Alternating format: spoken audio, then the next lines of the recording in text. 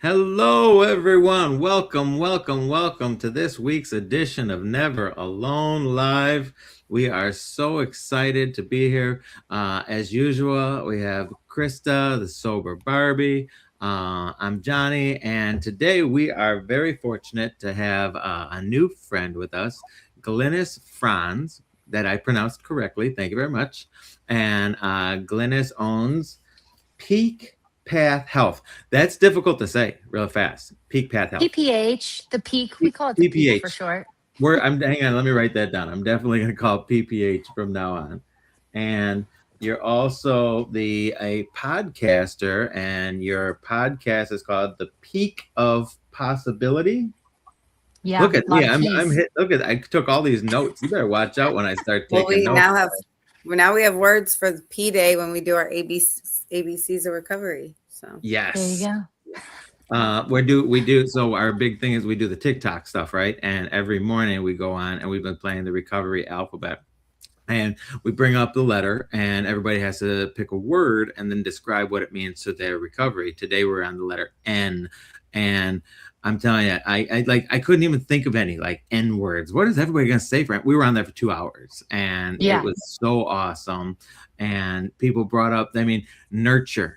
How do how Mm. does that feel in your recovery? It's so awesome. And it's like we 2 hours and it's like 30 different people with 30 different words. It's like 30 meetings at once. It's Right. awesome. It's awesome. yeah. But I digress. Glynis has 6.5 years of sobriety and a recovery. And so proud of you in that. So let's jump into it. Let's tell us about Glynis. Tell us about Glynis. Well, I am 6.5 years sober. I will be 7 if I make it on September 20th. Um, I come from a lot of, I don't know, dysfunctional family. A lot of alcoholism and addiction in my family. I spent a lot of years in and out of like jails and institutions and detoxes and treatment facilities, and it just was in and out and in and out and in and out for a long time, like 43 of them. I went to 43 detoxes. And Hang on. That 43 different detoxes? Or did you go to the same one over and over? some of them were the same ones. It wasn't one detox. There was a couple, but yeah, there was a couple that I went to 4 or 5, 6 times. Yeah, I was really in and out, but I never was really committed. I think what I thought was if I just checked myself in for like 5, 6, 7 days and was like finally physically separated from the substances I was using, then I would be okay. But everywhere I went, I brought myself, and I would end up in the same cycle. And I wasn't really willing to change. At least for me, it was like everything. I had to change truly everything: how I saw the world, my perspective, the people in my life, and eventually, I ended up incarcerated um, for the last time, and I got out and still didn't have intentions of staying sober. Um, but I guess the universe had other plans for me, and I got really active in a recovery community, and I changed everything in my life: people, places, things, ideas, perspective. Got in touch with God and spirituality, and my life changed as a result. And then it just like really picked up. Like things. I went from like being a federal felon, you know what I mean? That went by my street name, Boston, which is pretty ironic because I'm not even from Boston. That's how delusional I was. I'm from Worcester. I'm from Worcester, Massachusetts, which is like a lot less like cool. I didn't choose the street name Worcester for a reason. Uh, but yeah, I ended up just having a whole new experience and like getting this opportunity to help so many people, and like finding this passion and like altruism and service to others. And yeah, that's Glynis in a nutshell, I guess. Dang, I hate when I'm on mute. I say the best things when I'm on mute. Dude, that's so that we talk about this a lot. We've had a lot of different people on here with a lot of different stories, and livers, lawyers, and lovers. Those are the three L's that bring a lot of people to recovery. And all three of us, Krista woke up in a jail cell. You woke up in a jail cell. I woke up in a jail cell. Thank goodness for those jail cells, because they eventually led us to that gift of desperation, which led us to where we are today. Yeah, good no, time totally out. agree.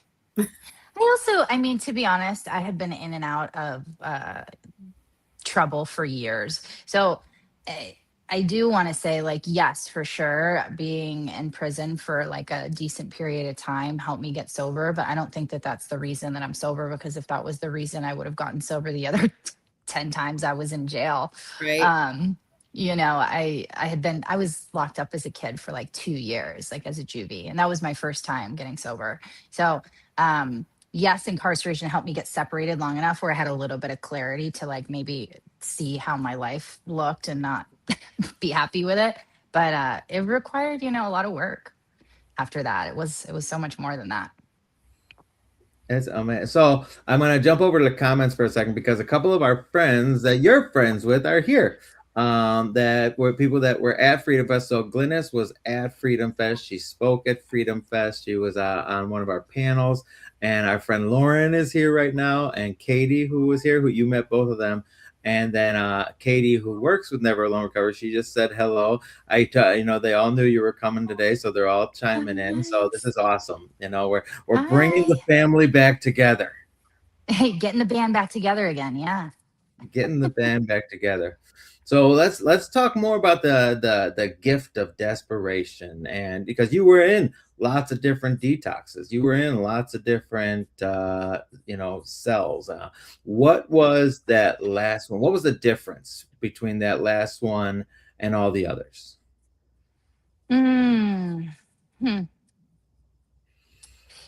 I think the difference between the last time was, if I'm being honest, I was not sober my first year in prison.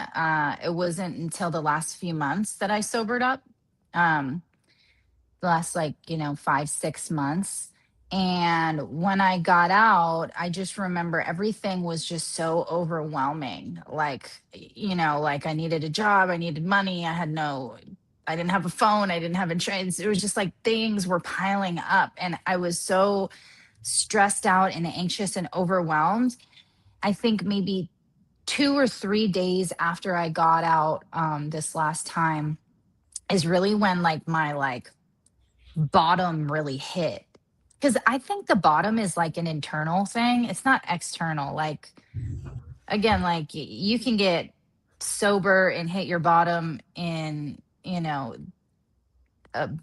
beach in Malibu, or you can get sober and hit a bottom in a jail cell. And the feelings are exactly the same, just like the outside circumstances might be different, but the feelings are the same. And like for me, it was like, okay, I got out, I was 3 days out, and like the realization came that I had a couple months sober. I was on federal parole. I had to drug test very regularly. If I mess this up even one time, I'm going to go back to jail 100%. And finish my 36-month sentence. And I like really wanted to have a drink. Yeah, like 3 days out of federal prison, and I was like, I need a drink. You know what I mean? And for me, it always starts with a drink, but it doesn't typically end with a drink. That's just my story. Like my delusion is always like I can drink normally, but like I need to stay away from the hard stuff. But that just never works for me. Like once I drink, I end up, doing all the other things. And so I had this realization after being out for a few days, when like the dust had settled and the excitement had like really hit me, that like I was no longer in jail. And I just wanted to have a drink so bad. And I just had a moment of clarity where it was like, oh, if I drink, I'm gonna get loaded. And if I get loaded, I'm gonna die.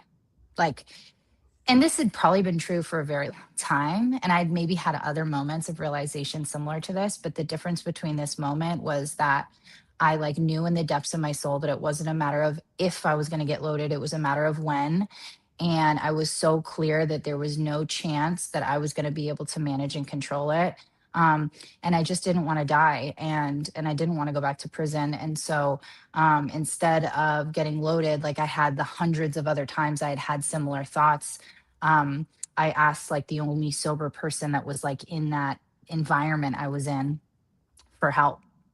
And that guy introduced me to a woman, and that woman, I had no idea. I didn't know anything about her. It was like the middle of COVID. It was like the height of quarantine. And I talked to her, and I was just willing to believe that she had felt the same way I'd felt, even though our stories were really different. And that um, I could hear in her voice that she like had found like genuine happiness and peace.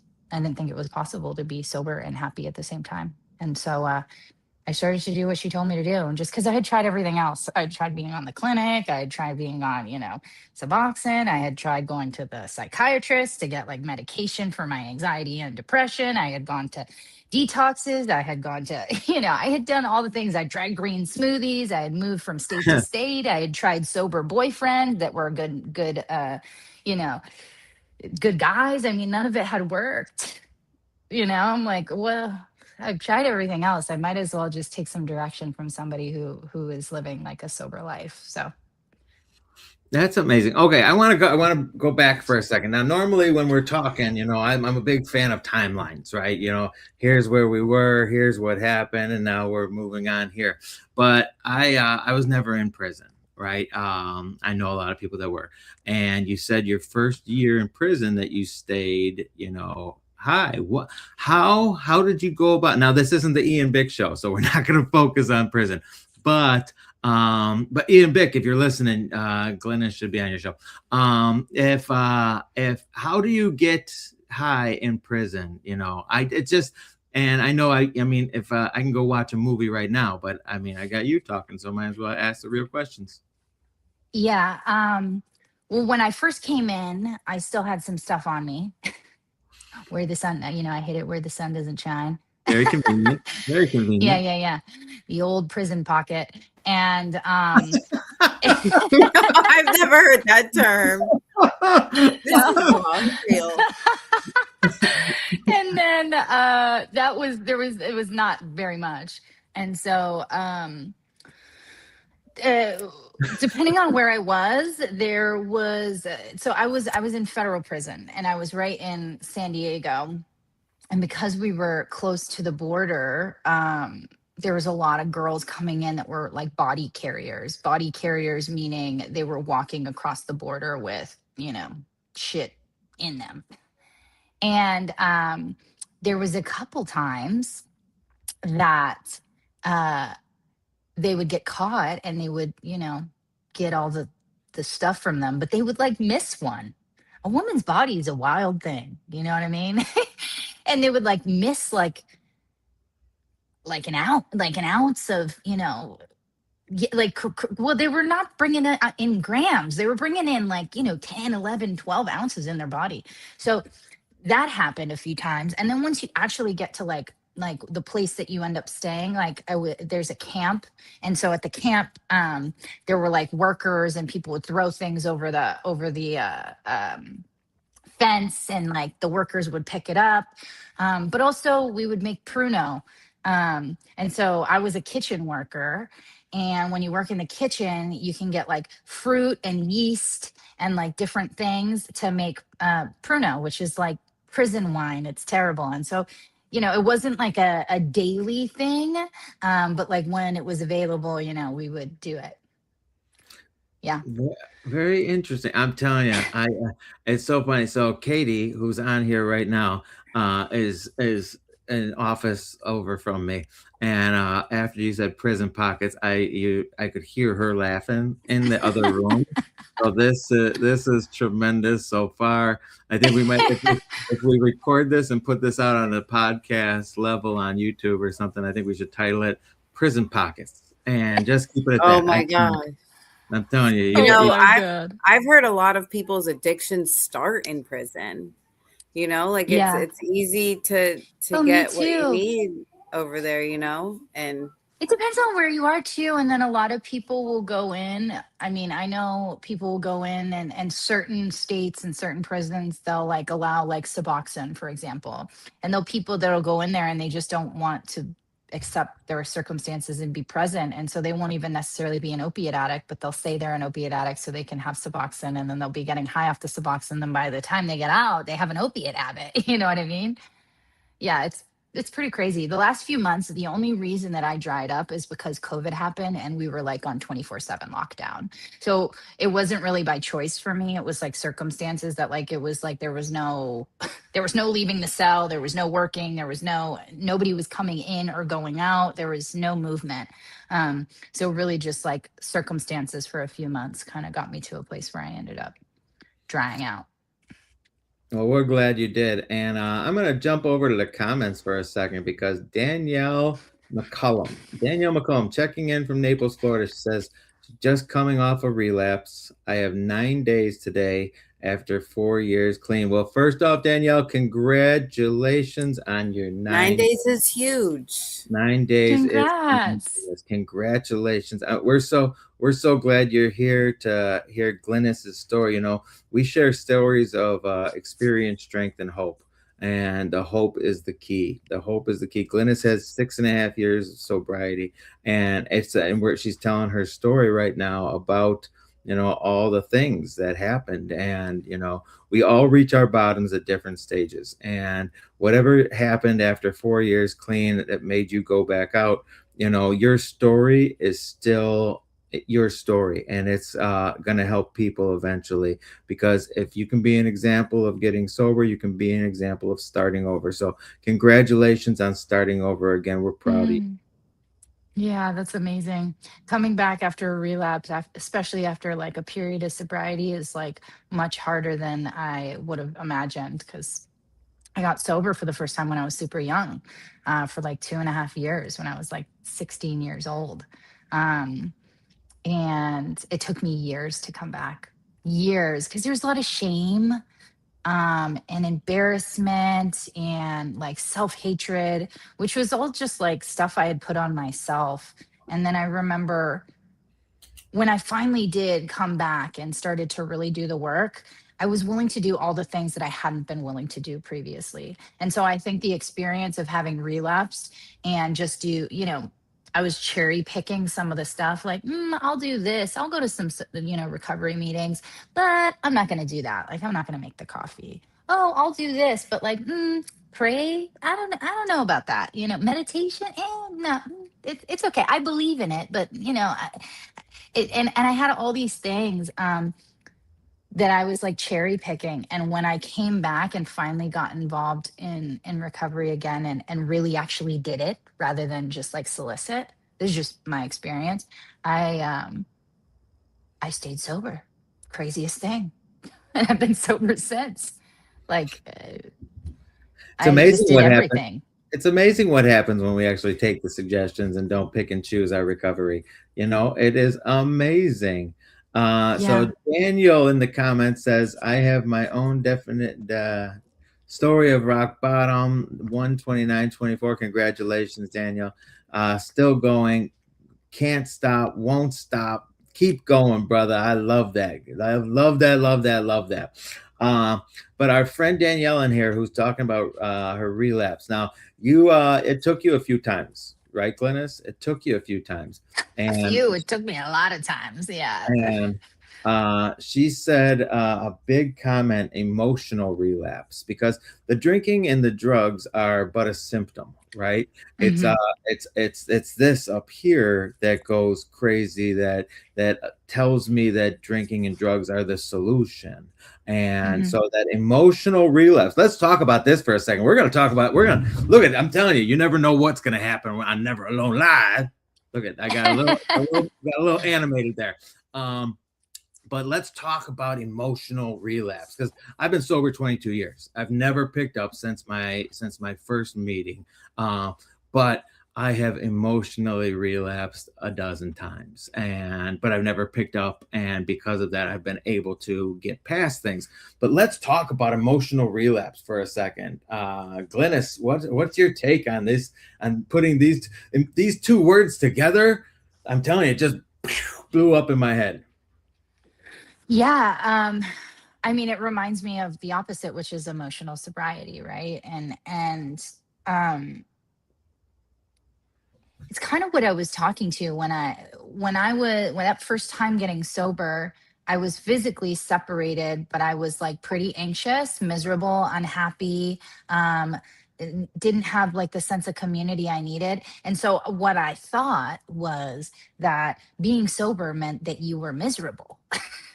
And it turns out that is an option too. Like you can be sober and miserable, but who wants to stay sober if they're irritable and discontent? Like it's not a sustainable solution, right? Like the time is going to come where eventually, at least for me, I'm either going to off myself or I'm going to get loaded, or maybe the two combined into one, off myself by getting loaded.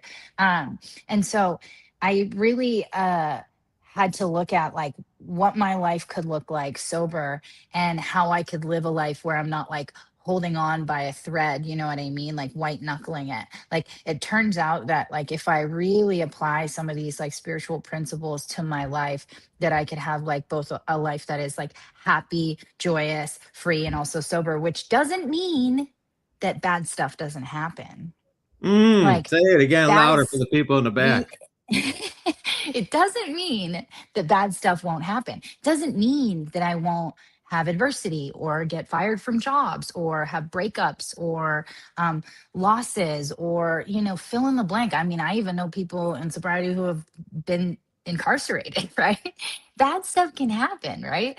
I think the difference is I got to a place where I had so much faith and I was so connected to my community and showing up for other people, and just like so much faith in like a power greater than myself, that regardless of my outside circumstances, they no longer had to dictate my actions, right? Like because I had lived my life for such a long time with the belief that like my outside circumstances needed to change in order for me to feel okay. And it turns out like honestly the most profound experiences I've had with spirituality and peace has been when I was in pain, because I've chose to like really lean deeper into that faith. But if we don't get the opportunity to lean deeper in that faith and go deeper into service to others, and get even more connected, double up when things are hard, right? Then I find myself trying to manage it on my own. And the problem is like as an addict and an alcoholic, me managing my life is the main problem. And it usually ends with me managing it by managing the symptoms of all of this discomfort with getting loaded. Man, Glennis. So we have Megan. Megan is our producer, and she's in the background right now. And she's just commented, drop a heart if you can relate to this. I want to see all these hearts. I want to see everybody that can relate to emotional relapse. If this is hitting home for you, I want to know about it. We want to know about it. So drop those little hearts in there, because JoJo's already on there. Look at JoJo's already on there. And Casey's already on there. Lee Ellen, Danielle, this is emotional relapse. We don't talk, the when it comes to recovery, we talk about the addiction, we talk about the drugs, we talk about the alcohol, but we need to talk about these mental health problems. We need to talk about anxiety, depression, PTSD. We need to normalize this, right? Mhm.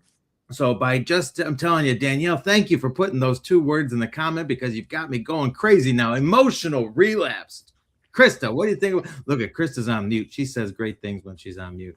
Sorry, Krista. my kids are about to make me have an emotional relapse. No, I'm just kidding. I said 1 hour. But I can relate a lot to that. I've just celebrated 10 years sober, and I think around the 8-year mark, it was like 6 to 8. I was white knuckling it, because I mean, I got sober with that big blue book and the 12 steps, and I live those steps every day. It's a lifestyle. But there was somewhere where I got stuck. I don't know. I felt like I was hitting the ceiling, and there was like no more to look forward to. I was like hit the limit. And then all of a sudden I was introduced to a different recovery path, and it was faith centered, and it kind of opened my spiritualness or spirituality a lot more, and I was able to dig deeper and heal a lot more, and I've gotten to a lot of the real root of what led me to my drinking, and yeah, I can really relate to that. I also think too, like part of being like not just sober, but in recovery is to not look at, and some of us have some outside stuff, many of us, depression, anxiety, PTSD, medication needs, all this stuff. And being just physically sober is not being in a state of recovery. If it was that simple, we wouldn't all be working programs. We would just like stop getting loaded and like life would be good. And all of a sudden we'd be able to be good parents and spouses and good employees and all this stuff. But that's just not true for me, because when I stop drinking and using, my life gets worse, definitely not better, because I cannot manage.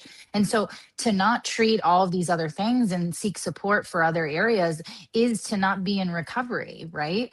And it looks different for everyone. Like to not take care of our bodies is like, that's not a very recovered lifestyle, right? To not like love ourselves and treat our body as a temple.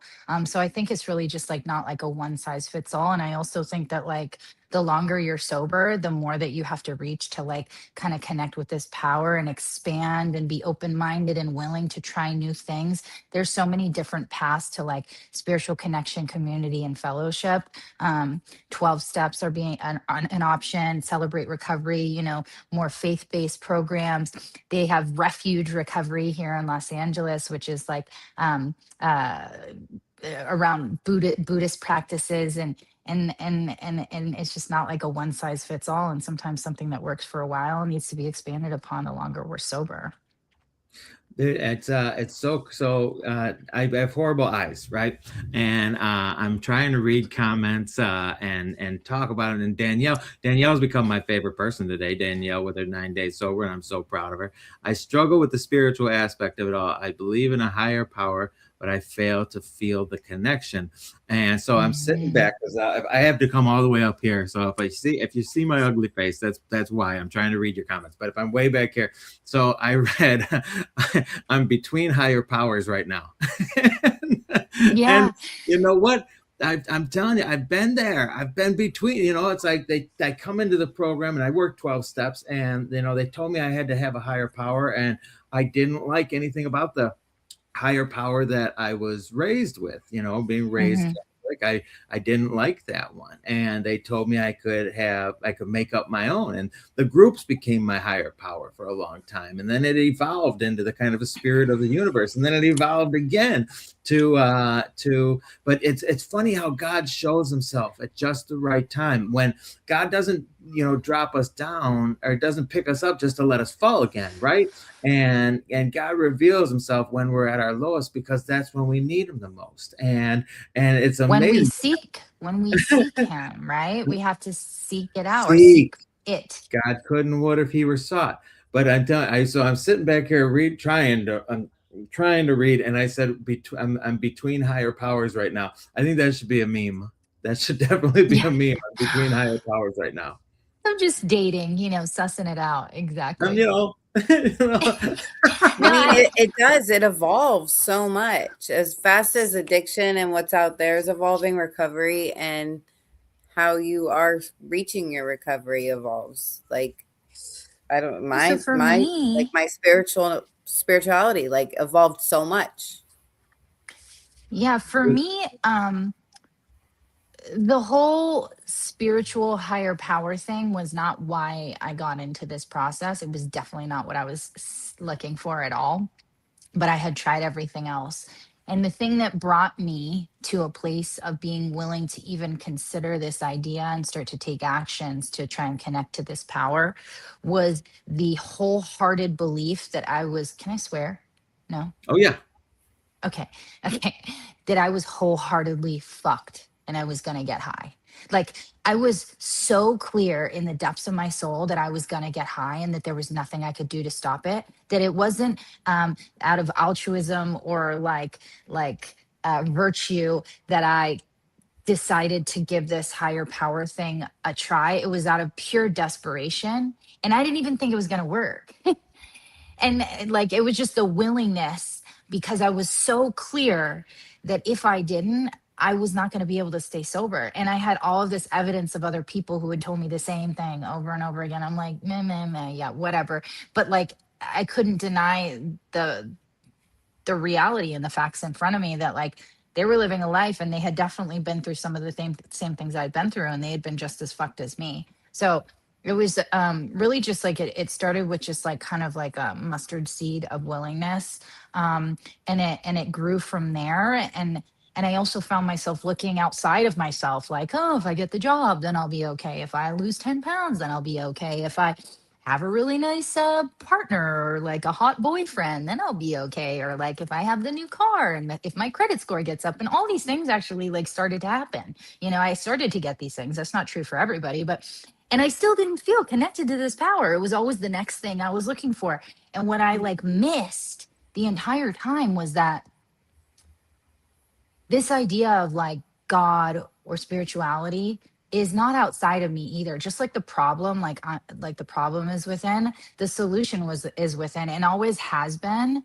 I had just been like, my spiritual like mentor calls it a pipe, right? She says like we have this pipe, it's like inside of us. And what happens is like the fear, the resentment, the things, the money, the credit score, the all these things, the jobs, they like clog this pipe. All of these things that I'm dealing with, these life things.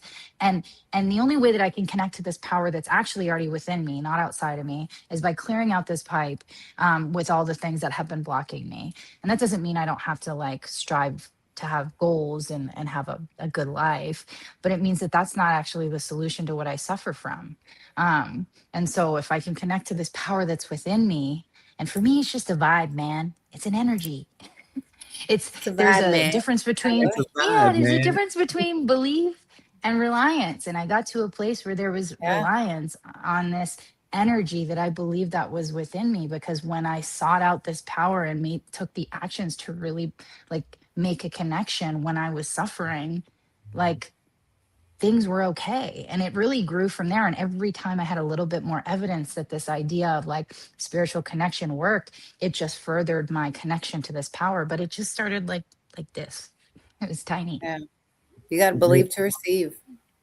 Believe to receive. So I love everybody in the comments. Tracy's here. Love you, Tracy. Carly's here. Our boy Kendall Ray, who you met, and he's here. He wasn't here. He's walking right now for mental health, and we love Kendall. Nikki is here. Our friend Nikki from Arizona is here. Belle Lang, as of today, I have 22 years clean and sober. Belle, congratulations on double deuces. But there was a comment by Ray. Ray said, we're talking about higher power. We're talking about spirituality. And he says service work in one comment. So it's a job, right? Service work is a job. I have a higher power I can do business with now. Man, I love that. I love that. I'm telling you, give me a good analogy all day long. And now I'm thinking of God's the boss. God's the boss. Yeah. I can do You like good analogies. She's talking about the pipe. And the pipe, and now we got God's the my business. plumber. God's my plumber. No, that one went weird. We're not going to make. I love her. I love her. We might have to make a meme to that too. That's what the title should be. God is my plumber. God is my plumber and the prison pocket. So, and Matthew Thompson is here. Oh, Kendall is here. Kendall, we can all say hi to Kendall. Mandy's here. Mandy Gigi's here. And JoJo says Glynis is my favorite. She says that to everybody though. Glynis, don't believe a word she says. I don't believe it, man. So when we initially started, before we started talking, we were talking to Glynis about what we were going to talk about, and we have a whole list of things. But then these good comments came in, and of course we have to digress and move all over the place. Nicole and our friend Nikki from Arizona has 3.5 years today.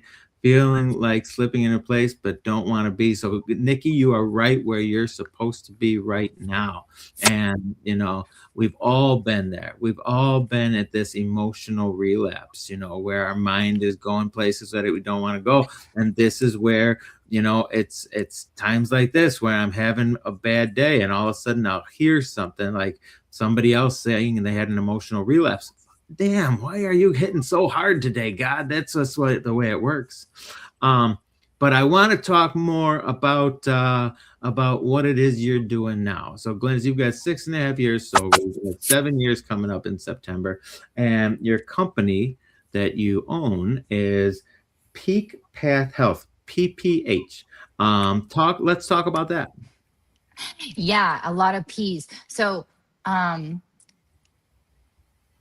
we came up with the name Peak Path Health. We tried a lot of different peaks, okay? But everything was taken or it wasn't available. And Peak Path Health, we're an inpatient detox and residential program. Really comfortable. It's like a luxury facility, but we do accept health insurance. And it's on the peak, like on the map, it says the peak of Runyon Canyon, which is like this famous mountain and hiking area in the Hollywood Hills in Los Angeles. And so we really wanted to like have the word peak in it because it had meaning behind it.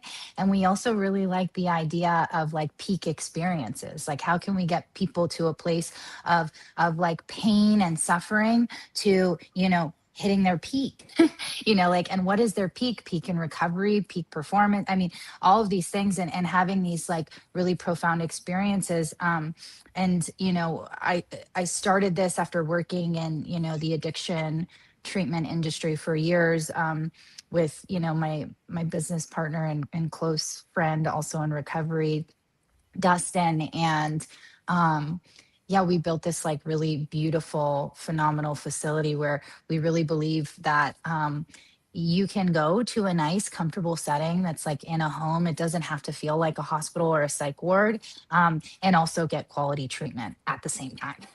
It doesn't have to be one or the other, because there's a lot of fancy places and the treatment is shit. And then there's a lot of really shitty looking places that offer really good treatment. And so we That's wanted like to the marry place both I of went those. to. Yeah, well, but for me, I was going in and out of hospital like places and I couldn't stay sober. And I don't know if it was because I wasn't willing to do the work that was required or if it was because like I wasn't really bought into the place I was at. But we really wanted to just create an environment that was healing. It's surrounded by mountains and the canyons. Beautiful location and just really clinically centered care, and we're just the first step in the road. So we're really just like building a foundation for people and setting them up for success in their next step once they leave. 30 days is the blink of an eye, although it feels like the rest of your life when you're like detoxing. But the beautiful thing about detox is like, generally speaking, about how long it's going to last and when it's going to end. The real work starts when the detox is over. How do you stay sober, not just get sober? Yeah, the peak has been a really trying, stressful, exciting, powerful journey to start, and we're really proud of what we've built. So yeah, you can look us up at peakpathhealth.com. So, Megan, if you could put in Peak Path Health for us in the comments so people can actually look it up. And this is located in California? Yeah. Mm-hmm. And we have people come from all over the country to get support, though. This is really interesting because you said we're at our peak, and our peak just keeps going up. I love social media, and I love on like Facebook or whatever, and people put their anniversary dates, and they'll tell us, hey, today I have X amount of years, and and my comment is always just keep going. It just keeps getting better, because right when you think you're at your peak, man, it goes higher and it goes higher and it goes higher. We don't know when we're going to hit our peak, because that's all in God's time. And people in recovery just need to understand that God has big plans for you. He is big plans for you. And if you want to do like Glynis and want to do like Krista and recover out loud, and share your story, share your experience, strength, and hope, help some people find some hope. I'm telling you, God rewards, and that peace, that serenity, that joy, that laughter. I'm telling you, Glennis, you've made me laugh so hard today already. We're having a good time here today. And this is it's just getting better and better. And it's so motivational and so inspirational to hear your story and see what you're doing, and you're also a podcaster. And so you do this all the time, tell us about your podcast. Yeah. So also Peak, because they're kind of sisters but not twins. The Peak of Possibility podcast is is a podcast that I created and host where we talk about really all things recovery, addiction, mental health related. So sometimes we're interviewing people about their recovery stories. Sometimes it's therapists, dietitians, nutritionists. I mean, it's really just kind of a plethora of anything health, wellness, and recovery related, and it's been really cool. I will say I like doing my podcast, but better than I like doing other people. I like Than interviewing being a people. guest. Yeah. But it's all good. I'm really grateful to be here, and you guys have been super easygoing. So Yeah, that's been great. we haven't gotten to the tough questions yet. We don't do tough questions around here. Well, the sub questions sometimes are, but that's. Well, I like this format, I think, because usually when I do like other people's podcasts, they're like asking me about my like story, and my story stays the same, and I just get sick of hearing my own voice Yeah. and telling my own story. Yeah. Just like, aren't you guys sick of this yet? It's the same story. Yeah. I've done a lot of leads, and I do a lot of leads in the same place. And there's one place in particular here where I do a lead every December for the last, I think I've been doing it for 16 years, and trying to change it up. One day, I think I went in there this past year and I said, I'm Krista and I'm an alcoholic. So I was just going to tell Krista's story. That's the way to do it. Yeah, smart. No, it's difficult, so I love the fact that we get comments and people are actually talking, and JoJo's in there right now making fun of me. She said Johnny loves hearing himself talk, and that's incorrect. But our friend Ray is in Washington State.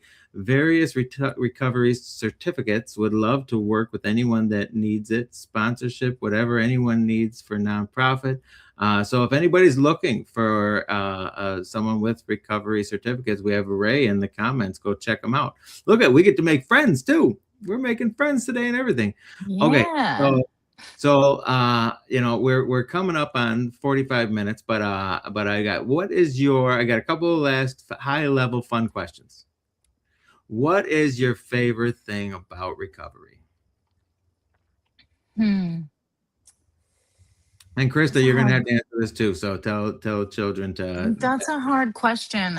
What is my favorite thing about recovery? I mean, everything. It's kind of a hard question to answer. I wasn't really experiencing life until I was in recovery. I was like miserable, and everything is a blur, and I couldn't remember anything, and I had no meaningful relationships, and all of my relationships were transactional, and I couldn't hold a job, and I was always struggling financially or doing weird shit to get money. I remember when I was newly sober, how excited I was when I got my first job and I got my first check with my actual bank account that had my name on it, and I had to pay my first cell phone bill. It sounds really silly, right? But I felt so fulfilled. It built self-esteem. So I like paying bills. I'm a huge runner. I run marathons now. I get to do that, and I've convinced my husband finally to do it. So he's running his first marathon with me. I have a community of amazing women and men, but women that I'm really close with, and I get to show up for. I'm a felon who owns a business. I mean, that's crazy. You know what I mean? I just get to experience all the things in life, and that's my favorite thing about recovery, is just being present for the journey. Being present for the journey. What an amazing answer, Glennis. Crystal, what's your favorite thing about recovery? I think it's the network, the compassion that's in these Mm. people, and like it is an unconditional love. Like I know what conditional love looks like, and it hurts. And just to know these people love me for hearing my worst mistakes ever that I used to hide and felt shame for, and um, just they love me for my mistakes. And someone's always got a suggestion to be better or to help me get out of a sticky situation, or and I'm really grateful. A lot of people can't say this, but I got to become a mom after I quit drinking. So my kids have never seen mommy drunk or have to be around that toxic stuff, or like, and they're being raised in recovery, like that we help people. Um, we make it better when we mess up. We try to fix it. And like they don't say they're sorry. I don't force them to say they're sorry. They go and try, like if they beat each other up, they go and they like try to make it right. And because the action's more than the words, sorry without change is manipulation. And they know that, 4 and 6 years old. So I look for the silver lining in all of it. And I think it's really bottom line love. It's so amazing. My favorite thing about recovery is getting to help people. Being as selfish and self-centered as I was before, being able to see the light come back in people's eyes, seeing the pain, diminish, even if only temporarily, because a lot of people, they come in and then they go back out, but at least they had that little bit and we planted that seed. But it was a Wednesday night about a dozen years ago, and a woman came in and she says, I'm just having trouble finding my higher power. And that Friday night, I was opening my meeting. She came early, and I'm making coffee. We're setting things up, and I said, let's talk about this higher power thing, and and talked about it. And then the next week, she came early again. We talked about it for a little bit, and then a year later, she's helping somebody else find their higher power. Dude, you want to talk about powerful? You want to talk about God working? It's just so amazing. I was introduced to a higher power that I lean on and I love and I trust, that, and it took me a long time to find it, but once I found it, man, I'm not letting go, and seeing someone else get that. So, watching other people and seeing other people recover is just so instrumental to my recovery, and the enthusiasm that we get from other people is it's amazing. When I get a new guy who wants to work the steps, wants to go to meetings, I want to go to meetings, I want to work the steps again, and it's so crucial, so crucial. It's contagious. It really, really is. Look, see, now we got going on tangents again. So, Glynis, dude, this has been so fantastic, and I know you're very busy, and I just want to thank you for coming out and sharing with us. Do you have anything that you want to talk to our the people that are going to watch this video? What would you want to tell them?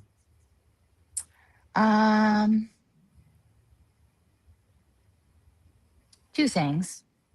If you're still out and you can't get sober and you think it can't get worse, it can.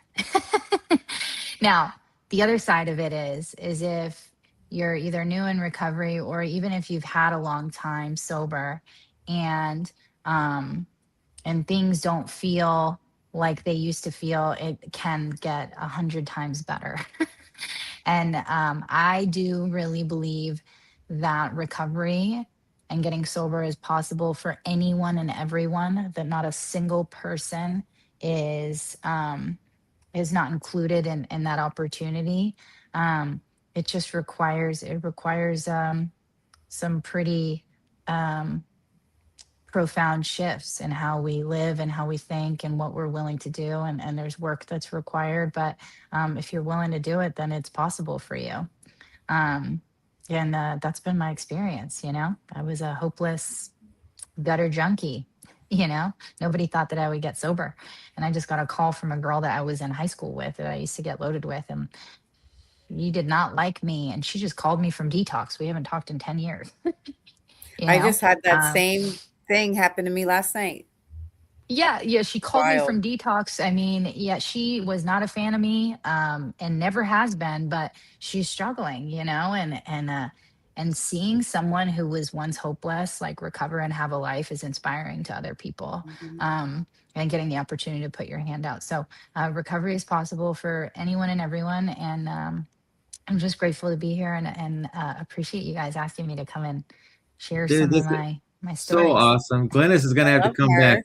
You're gonna have Yes. to come back more often. We're gonna have to, because I mean, this is, we call it interviews and stuff like that, but it's just conversations, and these are the conversations that need to be had. And if we have a forum to talk about them, and anybody, if we have people in the comments right now saying that this helped them today, so that's why we do this. That's what we're here for. And I want to thank everybody for coming out and listening to us today. And Glynis, thank you again for coming and sharing with us.